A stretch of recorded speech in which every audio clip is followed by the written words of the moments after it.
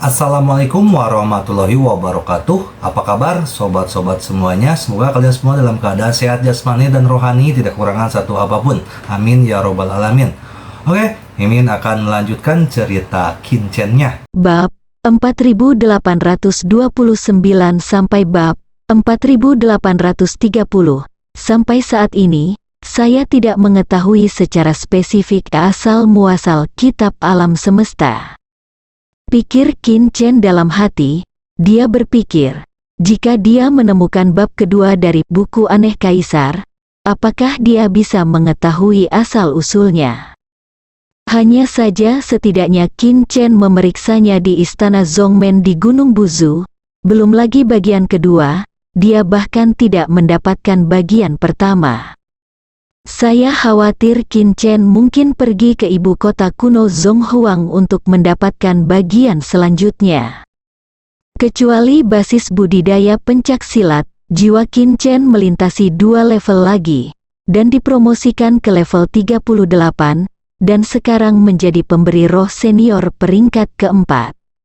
Sekarang, jika Kinchen bertarung melawan Ni Feisu saat itu, Kinchen yakin dia akan mampu mengalahkan Ni Feisu dalam 20 ronde. Dalam kristal penelan dewa, anak domba menjadi semakin agung, seperti raja binatang buas. Sekarang menjadi roh gunung tingkat 11, 9 bintang untuk kerusakan, 1 bintang untuk kendali, dan 1 bintang untuk perlindungan.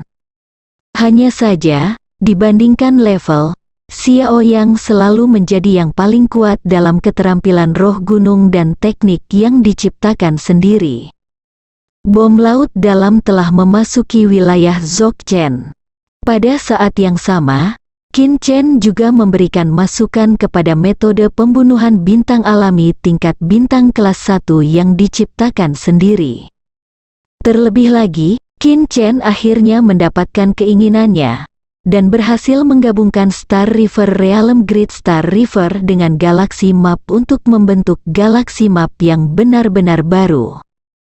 Sama seperti domain naga alami, pergerakan peta galaksi ini adalah kelas bintang peringkat ketiga.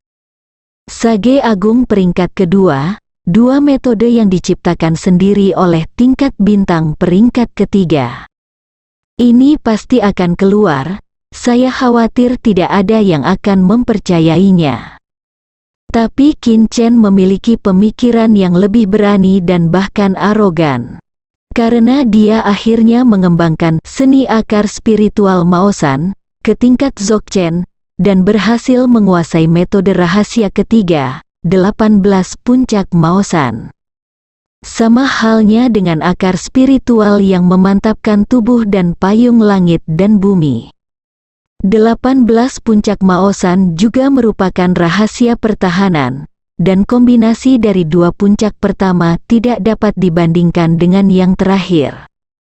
Apa yang dipikirkan Kinchen adalah, jika dia bisa menggabungkan 18 puncak Maosan ke dalam Singhe Tiantu, mungkinkah dia bisa menciptakan metode buatan sendiri tingkat matahari bulan?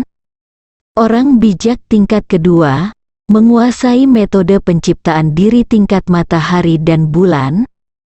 CK hanya memikirkannya saja, Kinchen merasa sedikit berharap. Metode buatan sendiri tingkat matahari bulan?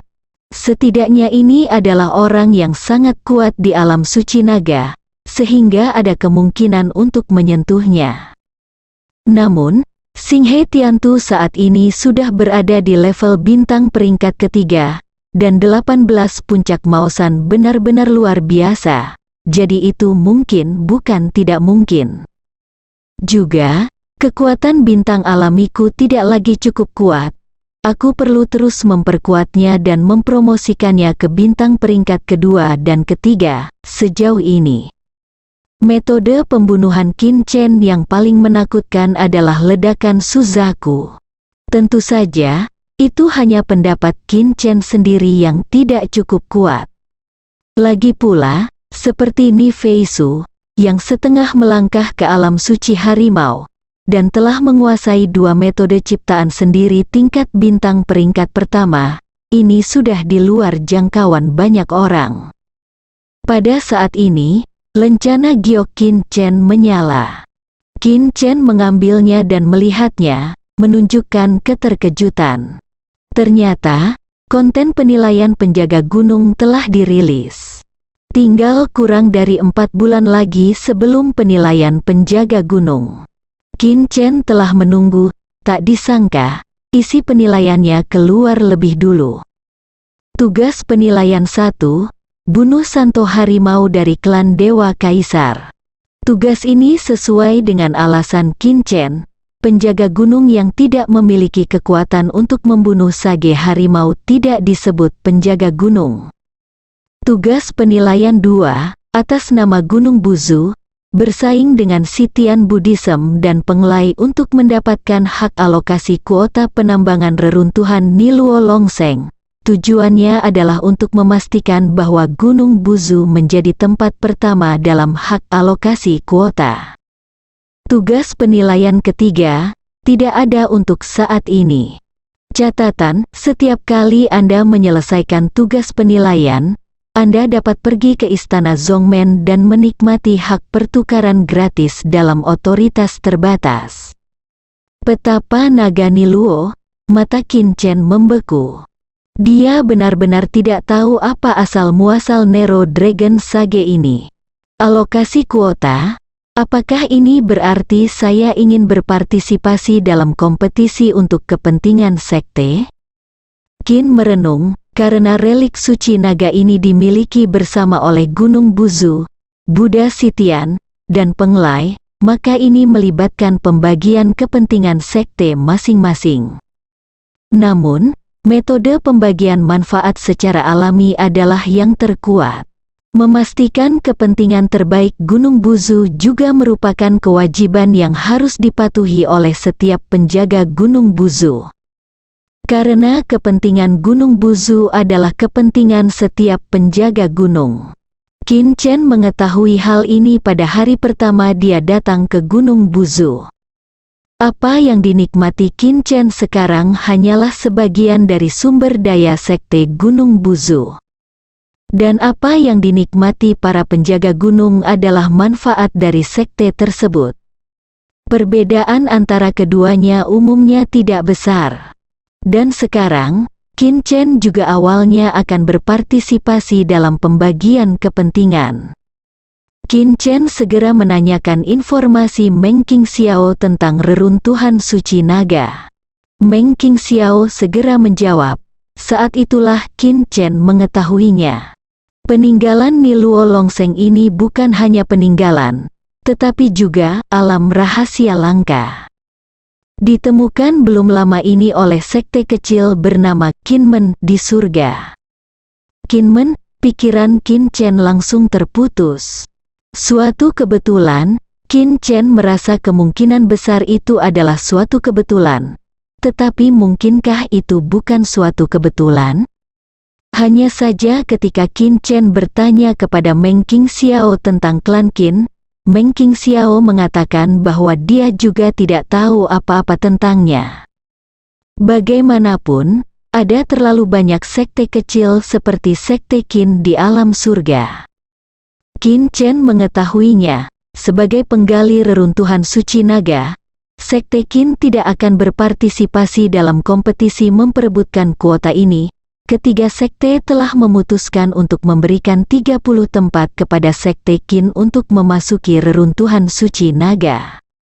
Ini agak mendominasi, bagaimanapun, reruntuhan itu digali oleh Kinmen. Tapi masalahnya adalah sekte kecil seperti sekte Qin tidak memiliki kualifikasi untuk mengendalikan peninggalan suci naga dan alam rahasia langka. Bagaimanapun, reruntuhan penambangan ini dimiliki oleh 3 sekte raksasa Gunung Buzu, Penglai, dan Buddhisme Surga Barat. Dapat memberikan 30 tempat kepada sekte Qin, yang dapat dianggap sebagai pola dari 3 sekte besar. Sudah waktunya untuk mencari tahu, pikir Qin Chen dalam hati, menarik pikirannya kembali ke topik. Meng Qingxiao memberitahu, ketiga sekte besar tersebut telah memutuskan bahwa menurut pembagian tempat pertama, kedua dan ketiga masing-masing akan mendapat 100 tempat, 50 tempat, dan 20 tempat. Selain 30 kuota dari sekte Qin, dengan kata lain, 200 murid akan menjadi orang pertama yang memasuki reruntuhan suci naga yang belum dijelajahi ini. Tak perlu dikatakan lagi, 200 orang ini pasti akan menikmati gelombang dividen terbesar. Bagaimanapun, sumber daya reruntuhan yang ditambang dan yang tidak ditambang sangatlah berbeda. Adapun jumlah pilihannya tergantung pada kekuatan masing-masing sekte. Bagaimana dengan aturan kompetisi? Qin Chen menanyakan poin kuncinya. Meng Qingxiao menjawab, kami Gunung Buzu, Penglai, dan murid dari 3 murid inti dari masing-masing sekte Buddhisme Surga Barat berpartisipasi dalam kompetisi, yang disebut murid inti, mengacu pada penjaga Gunung Buzu, pemilik Pulau Penglai, dan Bodhisattva dari Buddhisme Surga Barat. Setiap sekte memiliki nama yang berbeda-beda, namun status di setiap sekte hampir sama. Aturan ini ditetapkan untuk mengontrol batas atas. Jika tidak ada batasan, 3 sekte besar akan memperebutkannya, dan itu akan berdampak buruk. Jadi, saya salah satu dari ketiganya. Qin Chen sedikit terkejut. Ada begitu banyak murid sekte dalam di Gunung Buzu, dan dia benar-benar terpilih, yang tentunya menjadi alasan mengapa dia melamar ujian penjaga gunung. Dan rilis awal penilaian penjaga gunung juga harus terkait dengan kemunculan relik suci naga saat ini. Buddhisme Surga Barat, Penglai, pikir Qin Chen dalam hati. Tidak apa-apa membunuh Tiger Saint. Ini harus memastikan bahwa Bu Zousan adalah pilihan pertama, yang sulit untuk dikatakan. Qin Chen bertemu dengan murid Buddha Sitian, Penglai, dan sekte lainnya di medan perang lembah salju. Namun, saya belum pernah bertemu dengan murid yang benar-benar terkemuka. Saya tidak tahu lawan seperti apa yang akan saya temui kali ini. Peraturan kompetisinya sangat sederhana. 3 sekolah melakukan undian untuk menentukan tim pertama yang akan bertarung. Memilih murid untuk bertarung, pemenang akan terus memiliki hak untuk bertarung, dan yang kalah akan kehilangan hak untuk bertarung. Bertarung, hanya hak untuk bertarung. Pada akhirnya, yang pertama menyelesaikan 3 pertempuran dan 3 kemenangan. Partai dengan pilihan pertama berhak mendapatkan 100 tempat, dan 2 partai lainnya akan bersaing untuk menentukan pilihan kedua dan ketiga. Sederhananya, siapapun yang menyelesaikan 3 kemenangan beruntun terlebih dahulu akan meraih kemenangan besar. Selama Anda kalah sekali, Anda akan kehilangan inisiatif. Ngomong-ngomong, 2 temanmu yang lain adalah Ni Feisu dan Zheng Hai. Mereka akan berangkat sekitar 2 hari. Kamu bisa pergi dan berdiskusi dengan mereka bagaimana cara bertarung memperebutkan tempat ini. Meng Qingxiao juga memberitahu. Ni Feisu tidak perlu banyak bicara. Zheng Hai dan Qin Chen juga mengetahuinya. Ini adalah murid batin senior yang juga murid Tianbang, peringkat 342 di Tianbang, dan kekuatannya kuat. Ketika Qin Chen bertanya tentang murid Buddha Penglai dan Sitian, Meng Qingxiao mengungkapkan penyesalannya karena dia tidak mengetahuinya. Qin Chen merasa normal, lagi pula, jika Qin Chen tidak mengambil inisiatif untuk memberitahu Meng Qingxiao, Meng Qingxiao tidak akan tahu bahwa Qin Chen lah yang mewakili Bu Zousan dalam pertempuran ini. Setelah bertanya tentang Ni Feisu dan Zheng Hai, Meng Qingxiao juga yang melewati jalan peri. Personil yang berpartisipasi dalam pertempuran semuanya dirahasiakan. Bagaimanapun, ini melibatkan kepentingan sekte. Sekali bocor pasti akan merugikan. Qin Chen kemudian menemukan Ni Feisu dan Zheng Hai.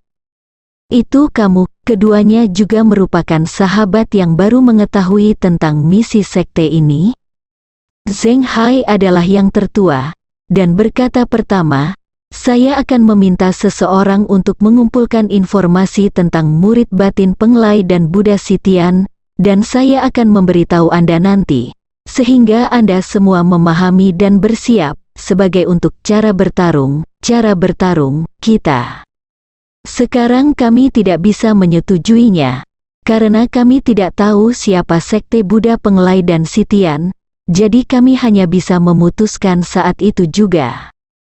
Baik Qin Chen maupun Ni Feisu setuju.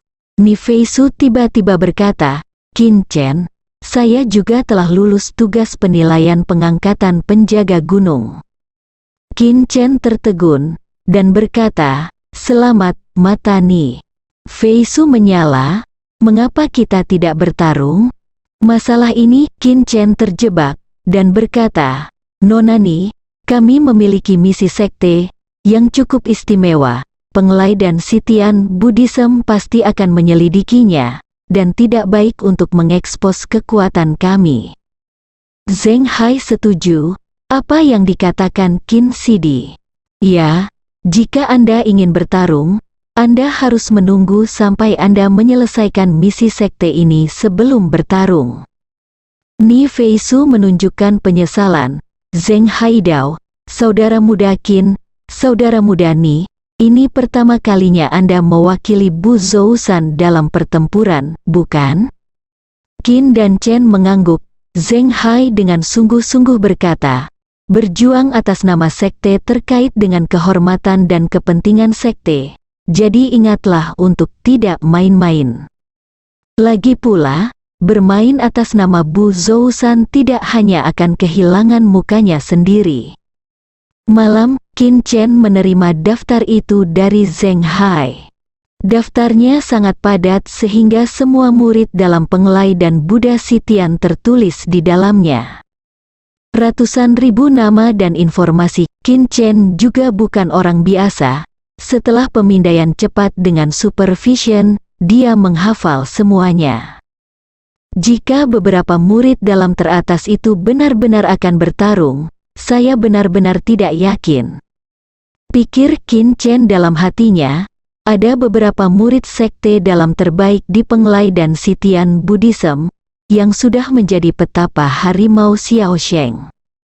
Qin Chen ingin mengatakan, dia sudah menjadi Chen Hu Sage kecil, mengapa tidak berpromosi menjadi murid inti? 2 hari kemudian, Qin Chen, Ni Feisu, dan Zheng Hai, dipimpin oleh Kepala Chang Ke, pergi ke reruntuhan Sage Naga Niluo. Niluo Longseng adalah orang kuat di zaman kuno.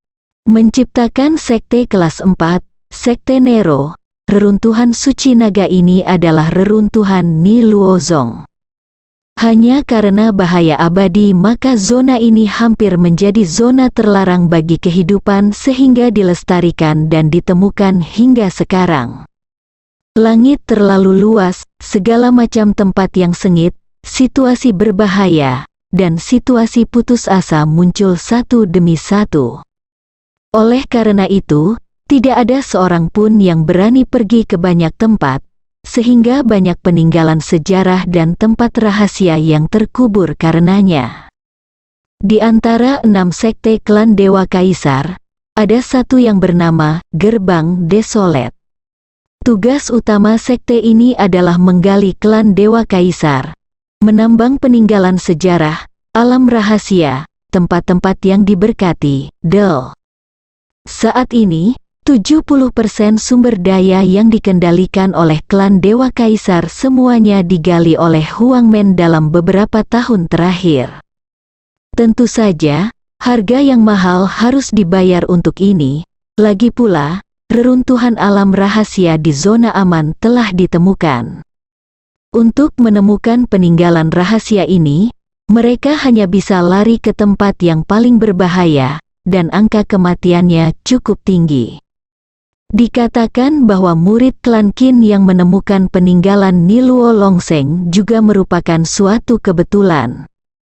Dia melarikan diri dari kejaran binatang buas kuno, Tapi dia tidak menyangka ada peninggalan bijak naga di dalamnya. Sekte Qin tidak menyembunyikan berita ini, tetapi segera memberitahu Bu Zousan. Karena masalah sebesar ini, tidak ada cara untuk menyembunyikannya.